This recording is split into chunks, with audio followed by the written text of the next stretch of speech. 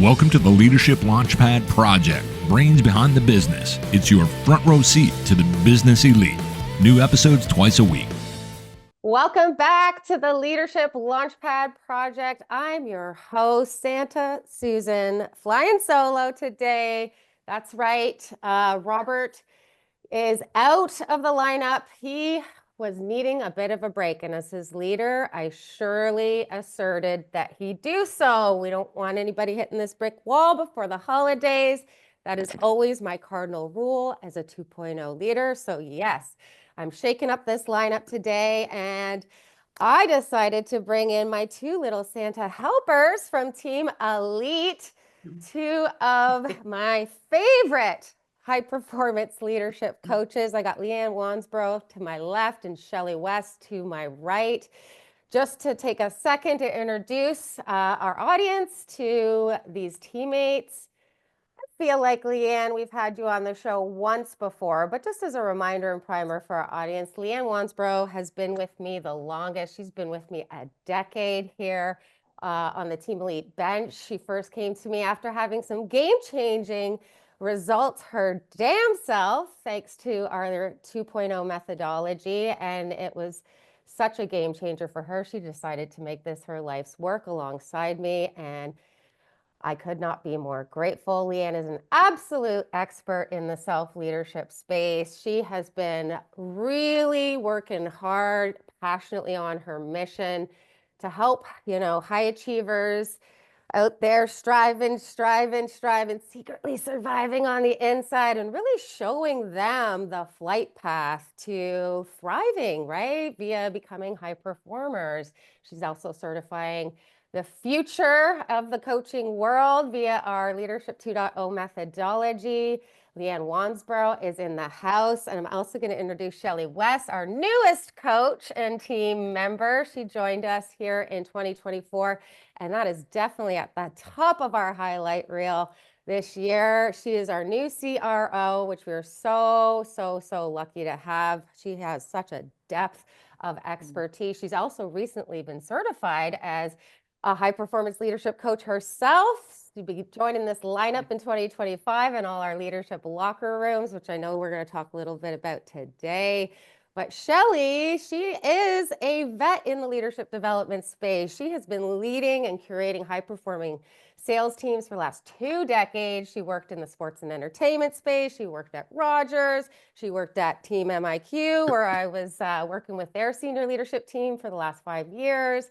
So ladies, Merry Christmas, and thank Merry you Christmas. so Merry much Christmas. Thank you for having us. for joining us today. I am going to do what I always do when I tee up my guests. I'm going to ask you ladies to tell us a little bit more about yourselves, and more specifically, tell us about what really inspired you to go on these missions that you're on in the Leadership 2.0 space in the first damn place. Do you want me to go first? Eeny, meeny, miny, mo. Leanne, you've been here the longest, so you take us away as our vet on the bench. Okay. Well, I think, my interest and my passion really stems from, my own personal and professional experience. I always, tell my clients that I really experienced firsthand a lot of the frustration and stress that comes from the slow rate of growth that a high achiever will have if they're really locked into that type of a mindset. And, for me, I was came to the coaching process that we do at Elite really because it was my business as an entrepreneur. I was a nutritionist at the time, and I was really trying to have an impact both on my clients and lead them through a transformation, but also trying to scale up my business. And I was not able to, do those things. And so I got into the coaching process here at Elite with Susan way back when. And it was really, that's when my interest in behavior change, I think, really started to click. And I had the aha moment where, as I started to uncover the dysfunctional, thinking style that I was locked into because of the high achiever mindset, very reactive to my roles, and what I thought were my priorities, less so my true values, that sort of thing. And also, of course, that rigid and self-critical thinking style prevents you from going out of your comfort Mm-hmm. zone and being able to explore your potential. So as I started to uncover that really dysfunctional framework that was operating behind the scenes for me, it made me realize that this is also why my clients in my nutritional practice were unable to make the changes that they wanted to. And so that's really where I became all in on coaching and really specifically using mindset as a resource to be able to impact our performance in both self-leadership and of course being able to lead others. And since then I've become very passionate about all things self-leadership and really just trying to help people understand it very much as an internal to external process where we learn the self-regulation, manage our own internal and emotional state, and then we can show up for meaningful relationships with other people. I love it. I love that Nice. you put the emphasis also on, yeah, when we're stuck in the high achiever mindset, which is so classic for any entrepreneur, by the way, right? There's so much pressure when it's your business. It's you investing in starting this business. There's no safety net beyond you. Yeah, it kind of precludes us from being able to step outside the comfort zone, which is kind of a requisite aspect of how we actually run a successful business sustainably. That's a conversation I know we're going to dig into more once we get into today's topic. But Shelley, how about you? This has been quite the game changer year for you. I feel like you're going through this huge revolution in your life, is how I want to describe that. But do you want to tell our audience a little bit about what has inspired this revolution for you? Yeah, for sure. I mean, I think I reached a pivotal moment in my life, probably halfway through this year, where I, took a bit of a step back, and I kind of reassessed, what I loved about leadership, right? And you kind of going back to what you said earlier, Susan. I mean, I'm well over 20 years of leadership experience in very high impact roles, right? With like tier one brands like Rogers and Anthem, and most recently MIQ. I'm Mm-hmm. working closely with a lot of C-suite executives, right? But I know I'm just on a mission right now, right, to redefine sort of modern leadership and help unlock the principles of 2.0 leadership. I personally, as you know, had the benefit of working with Team Elite while I was leading MIQ, and it was actually my first experience with executive leadership coaching. And it really was game changer for me, right? Like I saw the results firsthand in the impact that, executive leadership and that elite specifically brought to myself as well as my team.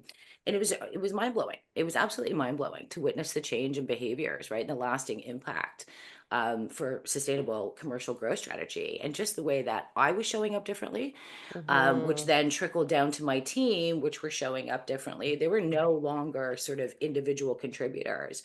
We actually started to operate as a team mentality, and you could feel a push, right? Mm-hmm. Feel a collective push to market as, Mm-hmm. that one dream, one team. And I know it's a bit of drinking the Kool-Aid, but it actually really is true, right? It Mm-hmm. really is. It's 100% game changer. Yeah. So, for me, it's, whether you're leading teams of 2 or 10 or 100, it doesn't matter, right? Or if you're on that personal sort of growth mission, we just have to change the way that the game is being played. See why I invited them all in to take over this mic today, bringing the heat right off the draw, ladies. I Mhm. love it. I just want to rewind the game tape and just highlight this piece around how that was the first time you ever received executive coaching was in the last like couple years basically of Oh, your multi-decade career in corporate. We talked about how astonishing a stat it is that we don't receive on average leadership development and training as leaders for about a decade, right? And so after a decade in a leadership role, typically is the first time you'll experience that opportunity, which is just makes no sense to us here at Team Elite, right? Because leaders carry so much responsibility. They're navigating so much pressure. And when you are new to any role, please believe the uncertainty is at a max, right? Because there's a huge, steep learning curve that you have to go through when you go from being this all-star individual contributor to managing people. It's Hmm. almost an entirely different skill set, right, ladies? Completely different. And for me, it was like, and I think it happens for a lot of leaders too, right? Is that you define your leadership style by picking pieces of different leaders, or let's say mentors or people that have been in your life, and you curate a leadership style. And I would say a good percentage, if not 90 to high, maybe higher than that, is sitting sort of on that high achiever 1.0 mindset, right? Like you Mm-hmm. just really don't know any different. Mm-hmm. And if nobody is taking you along the ride for the journey Mm-hmm. to switch the mentality and the way that you're showing up, intrinsically Mm-hmm. driven versus external drivers, Mm-hmm. you can't fault leaders for not knowing any different, but it's time that we step Mm-hmm. up and Mm-hmm. change the way that we're showing up for ourselves and our teams, right? Hmm. Yeah, that's why I'm so passionate about spreading this ripple effect. I don't think there's been a time and space and place in history where the world has needed this more than it ever has. This is really all about transitioning us out of the old school 1.0 command and control, power over, right? Style of management, not even leadership. I don't even like to call that leadership, right? Good But point. to the 2.0, where we clearly need to be in a world that is ripe with so much uncertainty, right? We're under more pressure than we've ever been economically. We see evidence of that in terms of the stats around mental health. We've never been at a more crucial tipping point, I feel like, to be able to really start to amplify the potentiality of this 2.0 new school approach to leadership, which is all about awakening the power within. This is exactly what Leanne and Shelley just described, was the Mhm. game-changing moment in their trajectory. And it was so much so that it inspired them to get out and help me spread that ripple effect. So ladies, I feel like the place that I want to go, and it's the place I always love to go this time of year. You know me well, so you know what I'm going to say next. I feel like we got to put a bow on it by talking about our highlight reel here from 2024. We just talked about how leaders aren't even getting development opportunities on average for a decade in a role, or the average age of 42. And yeah, we've worked in over 30 leadership locker rooms this year. And I'll tell you what the word on the street is in terms of the data and the feedback that I'm getting from these leaders. Yeah, that not only being new to leadership roles, that obviously is a disruption in and of itself, but also everything that we know is coming down this pipeline in terms of AI. That's everything that these leaders are worried about navigating, because there's been a sudden huge growth spurt and trajectory open up there, learning curve open up there. We know that this is really about to pick up some heat in terms of the acceleration in 2025. And it means that we're going to be challenged to totally rethink our approach to work, right? So Mhm. we can see how much these 2.0 strategies, these human-centric strategies, serve our leadership teams in these locker rooms, but especially the feedback that we were getting is, oh, thank God, that we're learning how to relate to one another in a human-centric way. This is everything that we are disproportionately going to have to lean on as human beings getting disrupted by technology, right? I couldn't, yeah, 100%, Susan, you're bang on that, because it's the one thing that AI cannot replace. Speak on it, Shell, because I It feel like just, you coming from the tech world, you definitely must have been hearing this from your people, right? yeah, I mean, AI has been on the horizon for quite some time now, but I think it's only come to fruition in terms of it being tangible at our fingertips to be able to play with it, in the last year or two. And yes, it can replace a lot of sort of the administrative roles that are out, just the administrative roles basically could go by the wayside eventually as a result of AI, because it's doing the work on the background. But Mm-hmm. one thing it can't replace is us, Mm-hmm. right? It can't replace your heart. It can't replace empathy. It can't replace emotional intelligence, how you're Mm-hmm. showing up for your team to support them inside of work or outside of work. Let's not forget that that Mm-hmm. does trickle into how they show up at work. Mm-hmm. There's there's things that it can't replace. And so I think the highlight of the human-centric leader, the empathetic leader, is going to be more prevalent in business. And it's going to be seismic. It's going to be huge for Mm-hmm. us, right? Yeah. Yeah, I want Leanne to speak on this because I know she just alluded to it, right? Like when we're in that power over high achiever mindset where we need to control outcomes, right? Where we need to try to manage uncertainty in terms of the insecurity we feel in our nervous system, that fight or flight anxiety, right? That shows up when we are going through change, when we are going through disruption of any kind. It precludes us from even being in a state of safety enough to be able to open up cognitively, right? In terms of the resources that are going to be required to think outside the box, to think differently about how we solve problems as human beings. We can't even get to that level of innovation unless we have the ability as leaders to show up in a safe way, to curate safe conditions, right? Where we have room for diversity of thought, and we have, the opportunity for our people to really speak up about their ideas, about their concerns. This is obviously where we need to be more than ever in 2025 to be able to reimagine how we relate to work. So Leanne, in terms of your practice this year and some of that work that you do, I know you see what we're up against in terms of those fixed mindset strategies and how that really prevents us from being able to think innovatively or creatively or outside the box, right? Well, I mean, when we talk about self-leadership, of course, we're always coming back to what is the mindset or the lens through which we are relating to ourselves and, to the world and to other people. And so if we're talking about a lot of uncertainty, then it's natural that that's going to create a lot of fear and a lot of anxiety and stress. And so if you're a leader, you need to be set up to be able to respond to that type of an environment from a foundation that is strong. And when I say that, I think, often the first place that we go to in terms of that fixed mindset is when we're in fear or when we have the anxiety, is we're going to have that kind of like all or nothing type of mindset, right?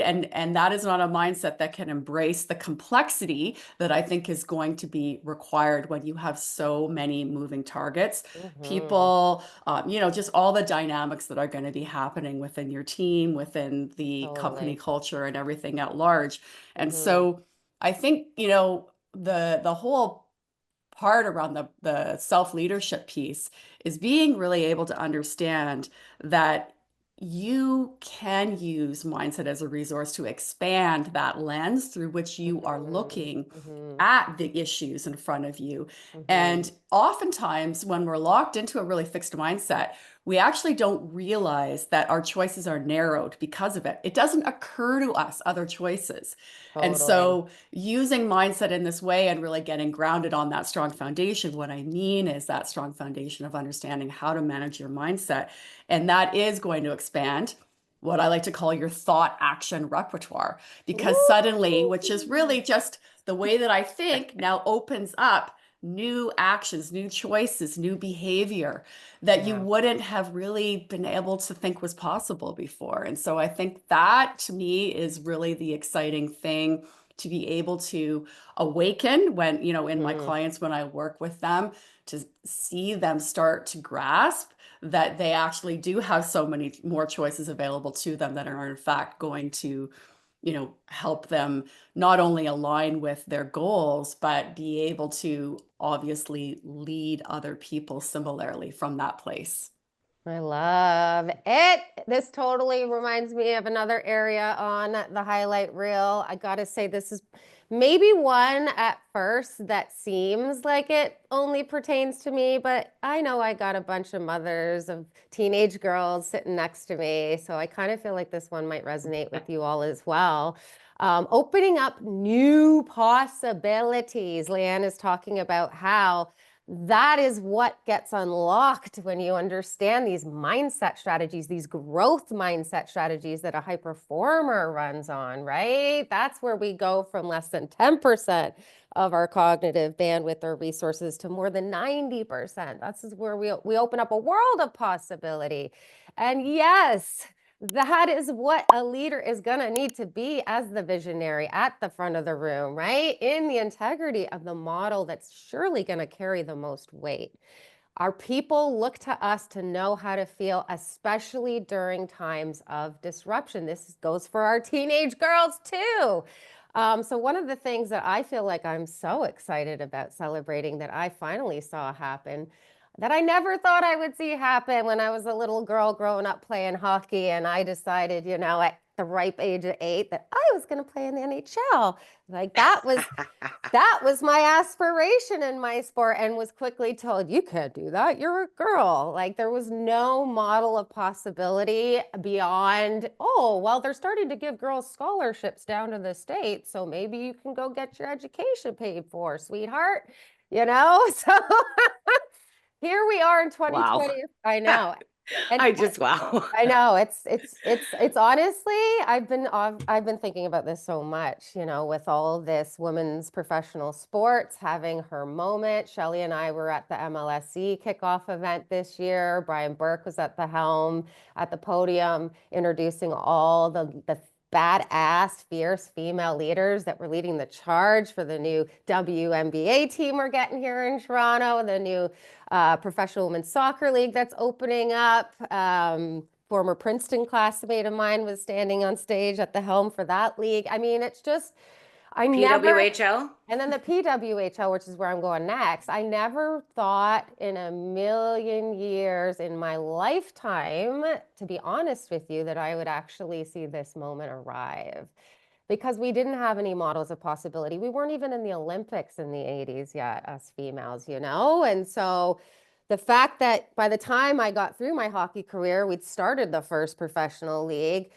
I mean, if you could call it that, I was bartending and waitressing, 3 jobs on the side, traveling and practicing as much as the damn Leafs were, But here we are today, and we are selling out the Bell Center. And I know you two aren't necessarily hockey moms, so that is where the Montreal Canadiens play, out in Montreal, and it's a big deal. It's a huge stadium, right? And so, but the thing that to me makes me cry every time I see these clips are the little girls that are in the stands holding up these signs, in terms of the possibilities that this has opened up for the next generation.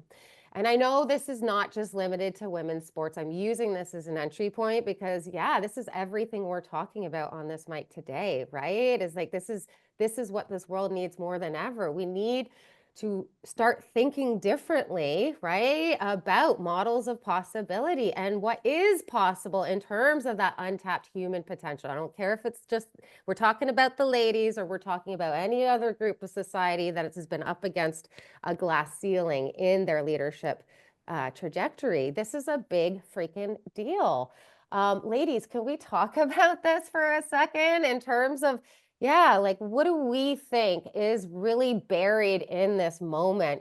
Professional women's sports having this ascension, this legacy stage of growth and possibility. I know we talk about how the model carries the most weight, right? You guys both have teenage daughters, so I got to imagine it's very important for them to have these fierce, female professional athletes as role models. I know what's happening out there on TikTok. My daughter's 13. I see all the makeup this and makeup that, and it's just, I was just going to say, that is exactly where I would go as well as the mother of a 17-year-old daughter. I think, so much of what's out there, culture, social media wise, is really continues to feed into that whole perfectionism that girls feel like they need to live up to in terms of standards, but Mm. mostly around appearance. Mm-hmm. That's where the makeup comes in, and this is where the celebrities and how we're supposed to look. And of course, most of what they're seeing on social media is filtered and completely not how that person even looks in real life, but it still feeds into a certain standard. And so, for me, when I think about the experience of my own daughter in sport, and I know we're also getting a professional women's basketball league that's coming, and my daughter has played basketball, and she also does track and pole vaulting, and so we've been involved in the world of recreational sports. She also does competitive track and some of the competitive arenas as well. Absolutely. I think that for girls to be able to have an aspirational leader who is teaching them to show, how to show up in a way that isn't just about the superficial and how they look on the outside, and really feeding into that. To me, it's so much around what it means to be, a good girl, which is like, how am I pleasing to others? And everything seems to be filtered to girls that this is what you should be focusing on and thinking about for yourself, as opposed to when it comes to sport. Obviously, there's just so much more that lies there in terms of the discovery of girls. That's beautifully said. I feel like that's what sports gave me. It was not even, it wasn't really about the sport. I always say that was the vehicle, not the destination. But that vehicle sure helped me grow a ton of self-knowledge, a ton of resiliency, a ton of my own personal empowerment and showing me what I was capable of. I mean, it gave me an arena quite literally every single day to find my edges, right? With the belief that I could keep going and growing and finding more and more untapped potential. And that just became such a metaphor for life for me. It was like the perfect launch pad in terms of everything that I've continued to explore in terms of showing up on the daily in my professional trajectory, finding my edges, Shelley, how about you? I know you've got a teenage daughter too. So you Oh gotta boy, be do I happy ever. to you gotta be happy to see some of this showing up in terms of the models of possibilities for our girls. Massively. I mean, as you know, I've been in a boys' club pretty much my entire career, right? So, for me, I think the rise of female sports, and more so for my daughter, who's the same age as Leanne's, is 17, is having role models, right, that are outside of the celebrities and the influencers, right? Like, Mm-hmm. it's important for girls to have leaders in life that are aspiring. You know what I mean? That Mm-hmm. they can, and that, Totally. but I think what's more important, and which is something I'm trying to teach her right now, is that her success is not defined or measured by likes or Oh gosh. followers. It doesn't define who No. she is as a person. And I want to encourage her to look up to women in various roles, whether that be sports or corporate, like just to help her think bigger, aim higher, and develop sort of resilience. And more importantly, let's be real, drop the weight of external opinions in the Mm. social realm Mm-hmm. that don't guide her through life, but Mm-hmm. yet can really start to eat away at those limiting beliefs, right? Mm-hmm. So that's where for me it's her having access to that Mm-hmm. is so unbelievably important, and really not being defined by likes and followers. Oh my gosh. You have any idea, like working with my female executives, like Shelley, I know you can resonate, like the battle to overcome their imposter syndrome because they don't even see their damn selves. And they got the job, they got the role, they're in the seat, but they still don't believe in their capacity because they don't see themselves. And that I know is a byproduct of a world that conditions us to Mhm. believe that we're only as good as our latest shift or our latest like or our latest whatever in terms of our accomplishments and achievements. And all of that is so temporal, right? It's like filling an empty Mhm. bucket. We know it's a strategy that is broken and doesn't work.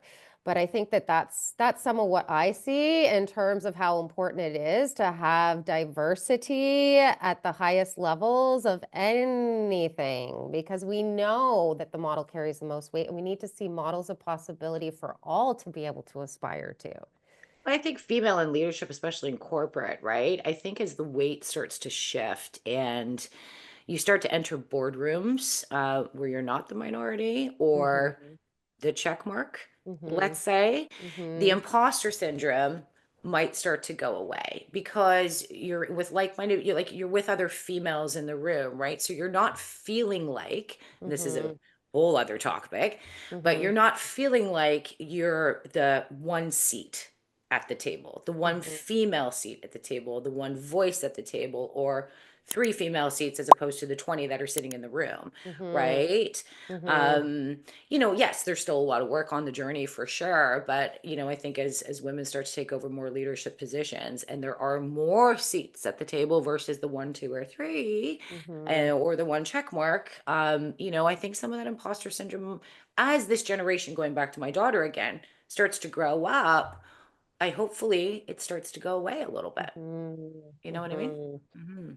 Yeah, well, I think with more and more of these models of possibility showing up, and this is something I want to talk about in terms of 2025 and where we're headed. I know we're seeing more females at the table than we ever have in all these different areas of high performance. We still have such a far ways to go, certainly, but let's talk about it in terms of what we predict is going to be most requisite at those tables in 2025. We're talking a lot about how important it is to be able to adopt this 2.0 mindset, this growth mindset, where we actually can just control the controllables, right? Find that power inside rather than being codependent on the outside validation of our worth, of our value, of our ideas. We're talking about all of this in terms of how important it is to have diversity of thought at any table, because Hmm. that level of diversity of thought leads to collaboration,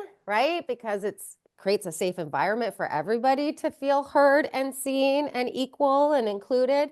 But that's what is going to be required to be able to drive innovation. And so that's the last piece of the puzzle that I want to talk about today. I think that's what I'm most excited about in terms of our offerings in 2025. That's what we pride ourselves on here at Team Elite, right? Is like being able to architect the mindset that really sets you up, not only to step into your power, not only to awaken that untapped potential, but also so that you can be able to be one of those really important voices at the table that this world needs right now to be able to think outside the box, think differently about the world we live in. We're talking about this next generation that's coming up. I know we're leaders on the home front with these young girls, okay? I know we've talked about this off the mic in terms of how this next generation, they ain't listening to no power over nothing.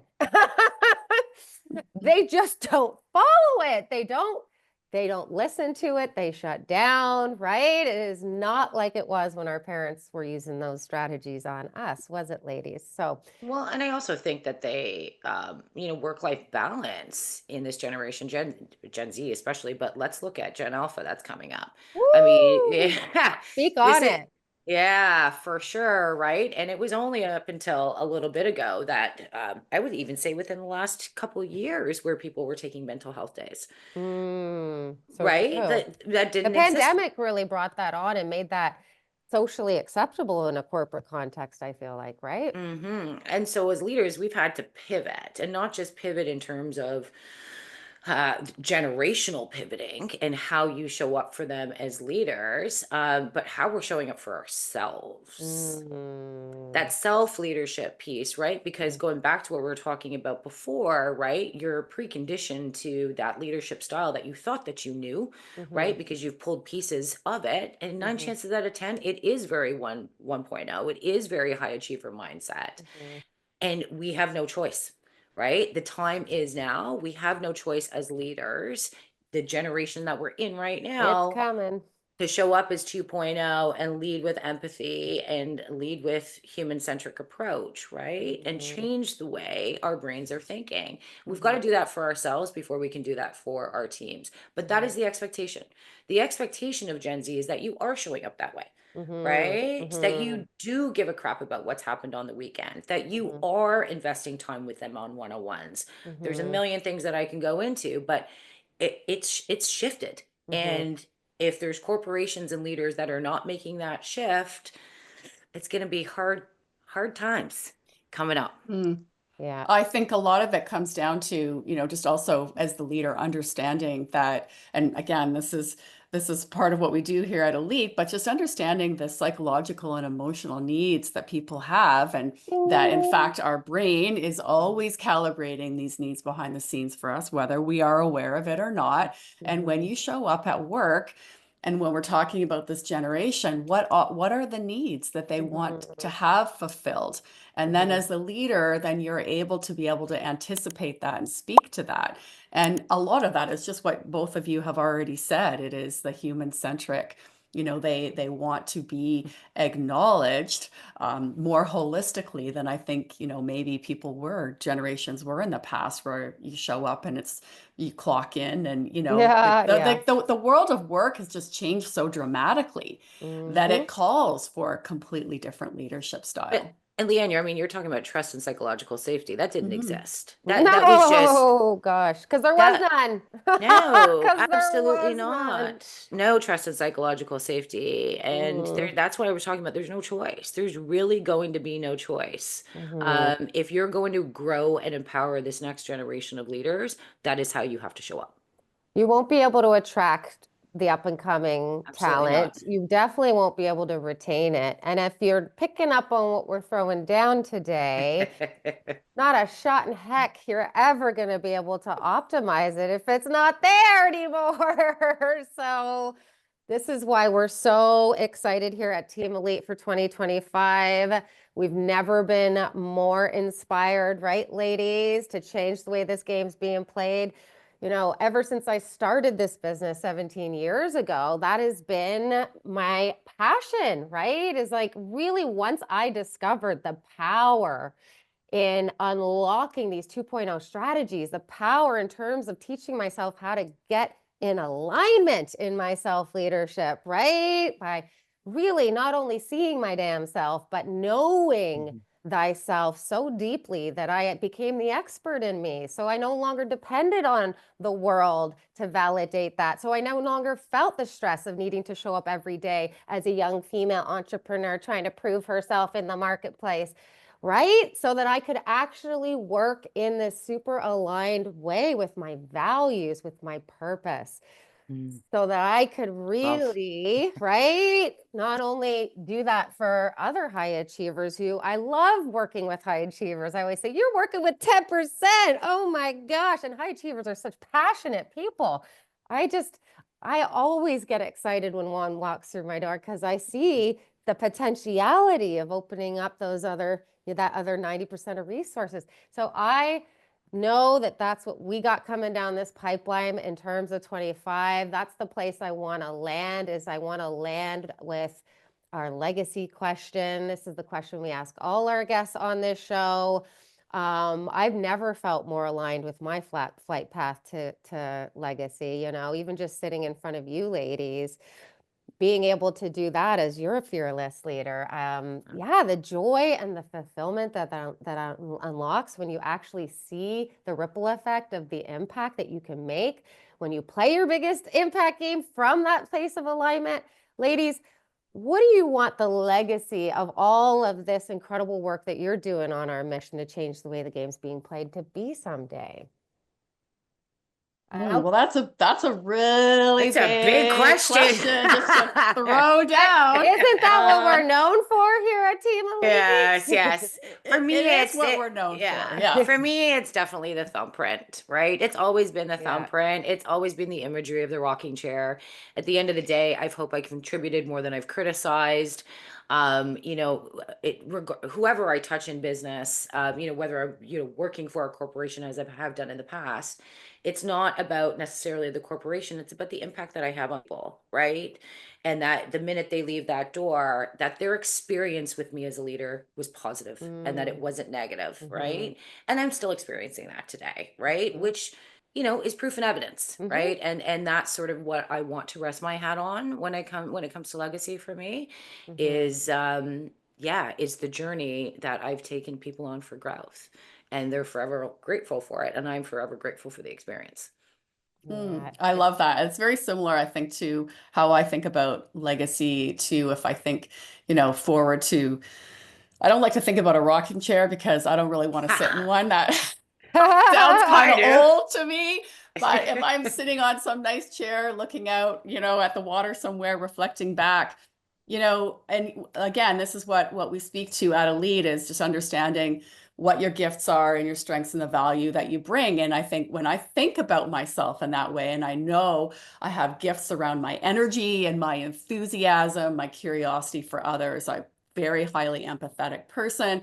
I know I'm also perceptive and insightful. And so for me, when we're speaking about the professional legacy, this coaching vehicle that I am so grateful to have access to and to be able to work with is really, I think, if I feel, at the end of it all, that I shared my gifts and I took people on a transformation and a journey of growth and plugged those things in there to kind of inspire and keep people working along with me, then I will be very satisfied for sure. I find that very fulfilling, like just also in terms of the relationships that we create. Right? Like that's the other thing, is I've already seen the legacy of so much of that for myself over the years that I've been working as a coach, just all of these incredible relationships that I've developed with my clients. And so I continue to look forward to, being able to show up that way as a coach, as a leader, to be able to, continue to build these relationships going forward.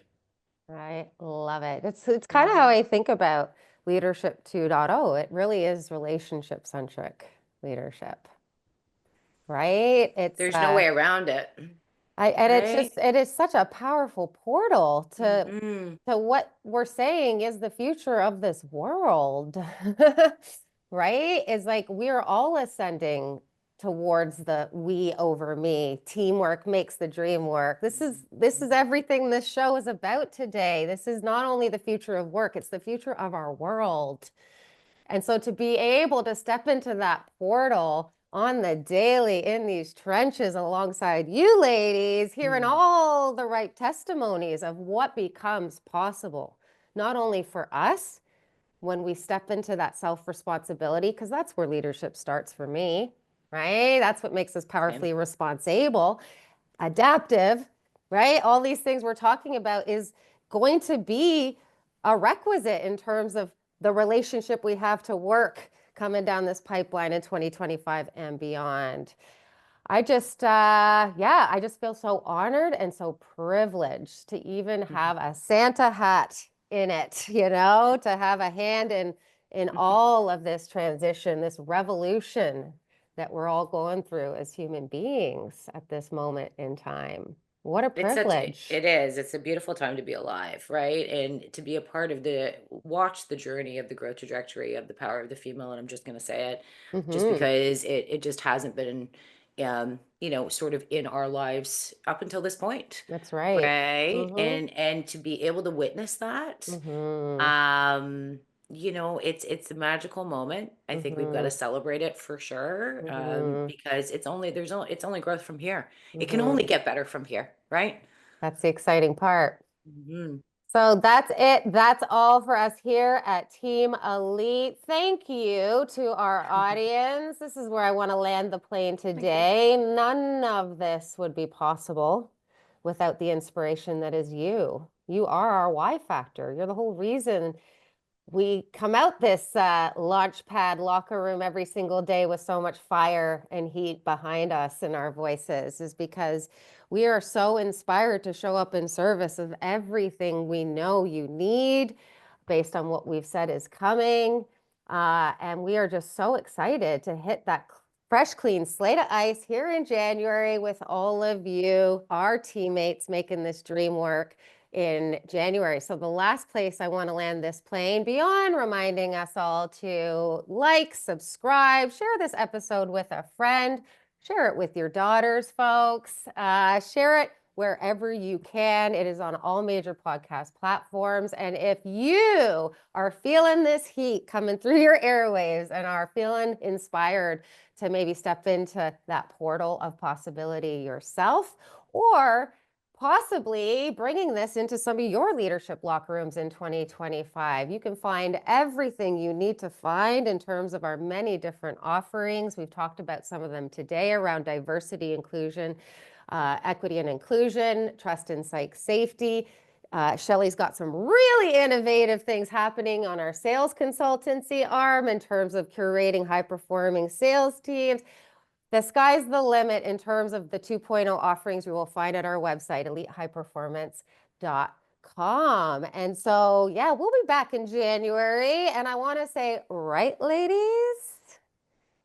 We will. We will be You back, will. and we're looking forward to it.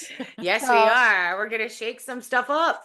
We're Yeah. going to have a lot of fun in 2025. Yes, we I think this are. is going to be a very fun arena with which to play with Yes. many of the concepts that we talked about today, and of course, so many more. I can't wait to get started. Yeah. I've never been more inspired than I am in this moment. And that is a statement for me 17 years into this game. So yeah, I'm excited to shake our lineup up. This is obviously my passion is in really developing 2.0 leaders in this world. And you two ladies are two of the fiercest 2.0 leaders I've ever had the privilege of serving. So thank you for coming in here today.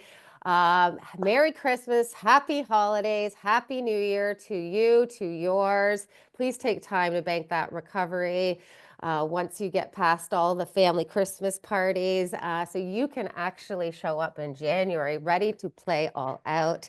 We got to collectively make this year count, as you can hear from this conversation today. That's it. That's all. We'll see everyone in 2025. See you next year.